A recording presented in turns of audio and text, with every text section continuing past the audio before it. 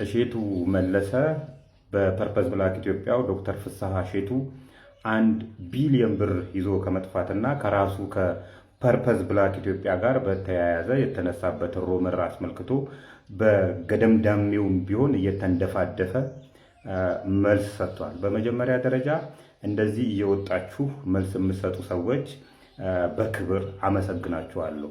ምክንያቱም የረሳንላችሁ የመሰላችሁ አጭበርብራችሁ ሀብታም የሆናችሁ ሰዎች እንደዚህ እየወጣችሁ መልስ የምትሰጡበት ጊዜ ስለደረሰ የምትወጡና ነገሮችን የምታብራሩ ሰዎች በግሌ አከብራለሁ፣ አመሰግናለሁ። ነገር ግን እሼቱ መለሰ ከመለሳቸው መልሶች መካከል እኔ የሰራሁት ማስታወቂያ የፐርፐዝ ብላክ ኢትዮጵያን የፋርም ሴክተሩን እንጂ የሪል ስቴቱን ሴክተር አይደለም የሚል መልስ ነው የሰጠው። ይሄ በሌላ አባባል ዶክተር ፍስሐ እሼቱ ይዘው ሄደው ብር እኮ የሪል ስቴቱን ብቻ አይደለም እኮ ሼር የገዙ ይሄ የፈረደበት የአዲስ አበባ ሕዝብ አለ። ኮንሱመሩ አገራችን ሰፊ መሬት አላት።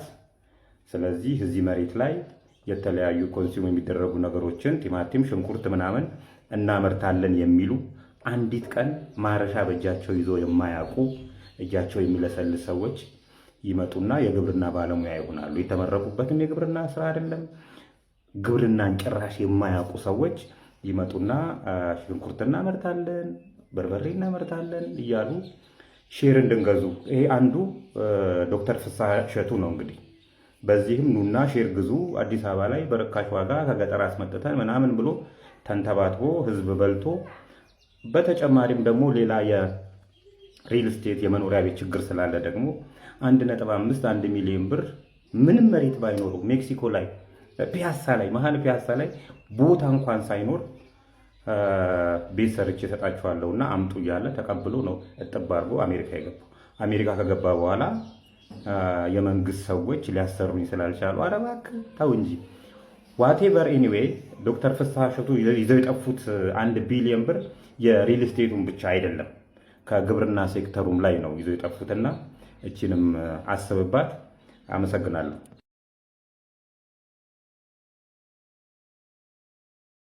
ይህ መልእክት ቀጥታ ለአቶ ፊራኦል ኢቲቻ ይድረስ። ቅዳሜ ዕለት ከዓለም አቀፍ ወንበዴዋ ከወይዘሮ በረከት ወርቁ ጋር ያደረካት ኢንተርቪው ቲያትር መሆኗን የተቀነባበረች ድርሰት መሆኗን ለእኔ አይደለም እንቅልፉን አጥቶ ሲመለከትህ ለነበረ 40 ሺህ የሚጠጋ ማህበረሰብ ይቅርታ እንድጠይቅ እፈልጋለሁ። ደግሞ አለው ይቅርታ እንድጠይቅ እፈልጋለሁ። እንግዲህ አሁንታ በርሲሳን አግኝቼ አውርቼዋለሁ የሚለው እዩት፣ በዚህ ስልክ ነው። ጭራሽ 252 ነው። 252 የሶማሌ ኮድ ነው፣ የሶማሊያ ኮድ ማለት ነው። 252 65 65 81 111 ነው። ይሄ እኔ ሀገር ውስጥ ነው ያለሁት አባቴ። ጭራሽ ይሄ የሶማሊያ ስልክ ቁጥር ነው፣ ጎሊስ ይባላል ይሄ ስልክ ቁጥር። ስለዚህ በአስቸኳይ ተወጣና ይቅርታ ትጠይቃለህ። ነግሬያችሁ ነበር። እኔ ጋር ምንም አይነት ኖቲፊኬሽን የሱ ኖቲፊኬሽን አልደረሰም። ከዚህ ሰውዬ ጋር ምንም አይነት ንግግር አላደረግንም። ጭራሽ ቅዳሜ ዕለት እኔ አልነበርኩም ብያችሁ ነበር። የምታምኑ ሰዎች ታምናላችሁ። ይሄ እልም ያለ ቲያትር መሆኑ ከበረከት ገበሬዋ ጋር የሰራሃት ቲያትር መሆኗን እኔን አይደለም ህብረተሰቡን ይቅርታ ጠይቅ። ያለበለዛ እኔ እናንተ መካከል ጦርነት መታወጁን እንድታውቅ ፈልጋለሁ። በዩኤምጂ እና በሰክሰስ እንዲሁም በሌሎች የኦንላይን ሌባ ድርጅቶች ምክንያት የአዎንታ በርሲሳን እና የበረከት ገበሬዋን ጉዳይ አልሄድንበትም እና እንሂድበት። ዛሬ ፋታ አላገኘንም። የነዛንም ጉዳይ አልጨረስም፣ ግን እንሂድበት። የኛውን ሰሞኑን እንግዲህ የሶሻል ሚዲያውን አየር ተቆጣጥሮት የነበረው የአዎንታ በርሲሳ እና የበረከት ገበሬዋ ውዝግብ ነው። በረከት ገበሬዋ እንግዲህ ከፍተኛ የቲክቶክ ፍርድ ቤት ፍራኦል ኢቲቻ ጋር ቀርባ ነበረ። ግን ለግን አብረ አዝግን እንዲሉ አበው እንግዲህ ይህቺ ሴት ፍራኦል ኢቲቻ ጋር ቀርባ አዎንታ በርሲሳ ለምን አልመጣም እኔ ጋር ብዙ ማስረጃዎችን ይዤ እየሞገጥኩት ነበረ ብላለች። ከዚህ በፊት እንግዲህ $1000 ይከፈለዋል ብላ የፎቶሾፕ ሪፖርት አዘጋጅታ ፌስቡክ ላይ ስታስለጥፍ ነበር። ያ ነገር እንዴት እንዳደረገችው አላውቅም። አሁን ተመልሳ ደግሞ 5000 ብር ነው የሚቀበለው። 5000 ብር እየተቀበለ የሰዎችን ስም አዎንታ በርሲሳ ያጠፋል። እኔ ደግሞ ለዚህ ማስረጃ ስላለኝ ቲክቶክ ላይ መጥቶ ያረጋግጥልኝ ያለች። ችግሩ ምንድን ነው? እኛ ደጋግመን እንደተናገርነው ወደዚህ ሰፈር እየመጣ ነው እናንተን ለማናደድ አይደለም፣ እናንተን ከዚህ ለማባረር ነው። ስለዚህ አዎንታ እናንተን ከዚህ ያባረራችኋል። ማስጠራትን ሲፈልግ የሚያስጠራችሁ ብጤዎቻችሁ ጋር ሳይሆን ፍርድ ቤት የሚያስጠራችሁ። ይህን ቁርጣችሁ ልታውቁት ይገባል። ቲክቶክ ላይ መጥቶ እንደነ ቴዲ ሐዋሳ እንደምናምን ቲክቶክ ላይ እሪ ሲላችሁ፣ ምክንያቱም እሱ ቲክቶከር አለም። እናንተ በትርፍ ሰዓታችሁ ቲክቶከር፣ በሙሉ ሰዓታችሁ ደግሞ ሌባ ናችሁ። እሱ እንደዛ አይደለም። የሚያስጠራችሁን ፍርድ ቤት ነው፣ የምትጠየቁትን ፍርድ ቤት ነው። ቲክቶክ ላይ መጥቶ የማይጠይቃችሁም፣ ቲክቶክ ላይ መጥቶ እሱ ቀርቦ የሚያረጋግጥላችሁ መረጃ ማስረጃም የለም፣ አይመለከተውም። ምክንያቱም ምንድን ነው እናንተ የምትፈልጉት ወንዝ ነው። ምክንያቱም ኡመኒ ቲክቶክ ገላና ያቺን ፈልጋችሁ ቦይ ቀዳችሁ እንደ ወንዝ ህዝቡ ማፍሰስ ስለምትችሉ አሁን ልክ እንደምታደርጊው ዲቤ እንደምታስመጩ ማለት ነው። ጠንካሯ ሴት ብርቷ ሴት ምናምን። አዎንታ በርሲሳ ሲጀመር እኮ ነዳጅ ሰርቀሻል አላለም። አዎንታ በርሲሳ ምንም ያለው ጉዳይ የለም በዚህ ጉዳይ ላይ። ነዳጅ ሰርቀሻል እና አፋልጉኝ ያለው ፋና ብሮድካስቲንግ ኮርፖሬት ነው። ይኸው ፋና ብሮድካስቲንግ ኮርፖሬት ነው። አዎንታ በርሲሳ የነዳጅ ሌባ ነች አላለም። ስምሽንም አልጠራም። አንቺ መጠሽ የከሰሰሽን አካል ቲክቶክ ላይ ማስጠራት ስትቺ፣ በራስሽ ንጽህናሽን ማረጋገጥ ስትቺ መጠሽ ረጅሙ ሰዓትሽን አዎንታ በርሲሳ አዎንታ አለም አዎንታ በርሲሳ እንዲያርጎኝ አዎንታ በርሲሳ በዚህ አውጥቶ በዚህ። ሌላው በጣም የሚያስገርመው ፓርት 5000 ብር ነው የሚከፈለው አልሽ። 5000 ብር ተከፍሎት የሰው ስም የሚያጠፋ ሰው ከሆነ አንቺ እንግዲህ ይኸውና በሚሊዮኖች እንደ ካርታ የምትጫወቺ ሰው ነሽ። ለምንድን ነው ከላዩ ላይ 5000 ብር ወይም 10000 ብር ሰጥተሽው ዝም እንዲልልሽ ያላረግሽው? በ5000 ብር የሚገዛ ሰው ከሆነ 10000 ብር ሲሰጠው ዝም ይላል ማለት ነው። ስለዚህ 10000 ብር ሰጥተሽው ዝም እንዲልልሽ ማድረግ ትችያለሽ። ዝም ካላለልሽ አንቺ ነሽ ማለት ነው ውሸታም። ይሄኛው ጤግሮስ ትሬዲንግ ይባላል።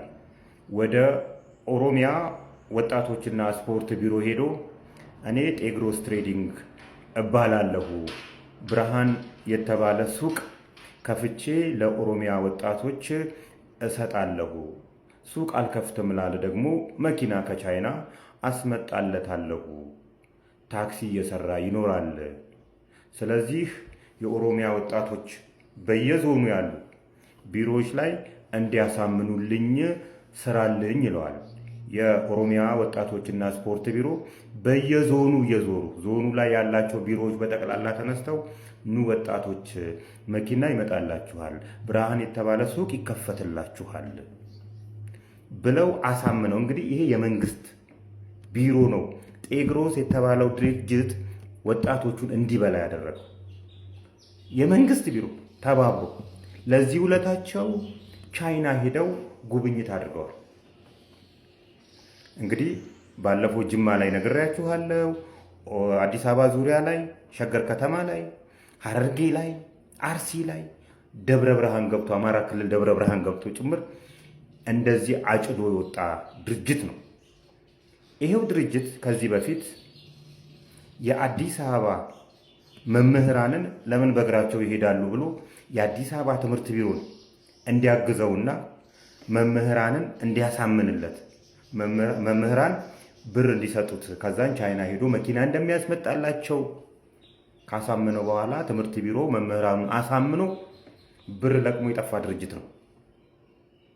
ከዛ በኋላ በእርግጥ የአዲስ አበባ ትምህርት ቢሮ ከዚህ ድርጅት ጋር ያለኝ ሪሌሽንሺፕ አቋርጫለሁ ብሏል። አሁን ላይ ጤግሮስ ትሬዲንግ የለም፣ ጠፍቷል። የኦሮሚያ ፍርድ ቤት ከሀገር እንዳይወጡ የሚል እግድ አውጥቷል። ጅብ ከሄደ ውሻ ጮኸ።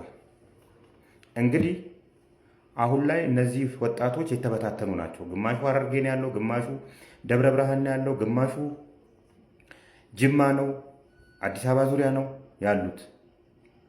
እንደዚህ ከተበታተኑለት ደግሞ ያው ጥንካሬያቸው ስለሚጎል ለሱ ምቹ ሆነ። ስለዚህ ባላችሁበት እንደራጅ፣ ባላችሁበት ከተማ ላይ እንደራጅ። የኦሮሚያ ወጣቶችንና የአዲስ አበባ ትምህርት ቢሮን እንጠይቀው። ቢኮዝ ለዚህ ወንጀል ቀጥተኛ ትብብር ስላደረጉ እነዚህን ሰዎች፣ እነዚህን ኃላፊዎችና እነዚህን መስሪያ ቤቶች እንጠይቃቸው። ሂርና ክሪፕቶ እንደሚለው ነው የመጣ ነው። ልናናድዳችሁ ሳይሆን ልናባረራችሁ ነው። ይቀጥላል ጤግሮስ ትሬዲንግ።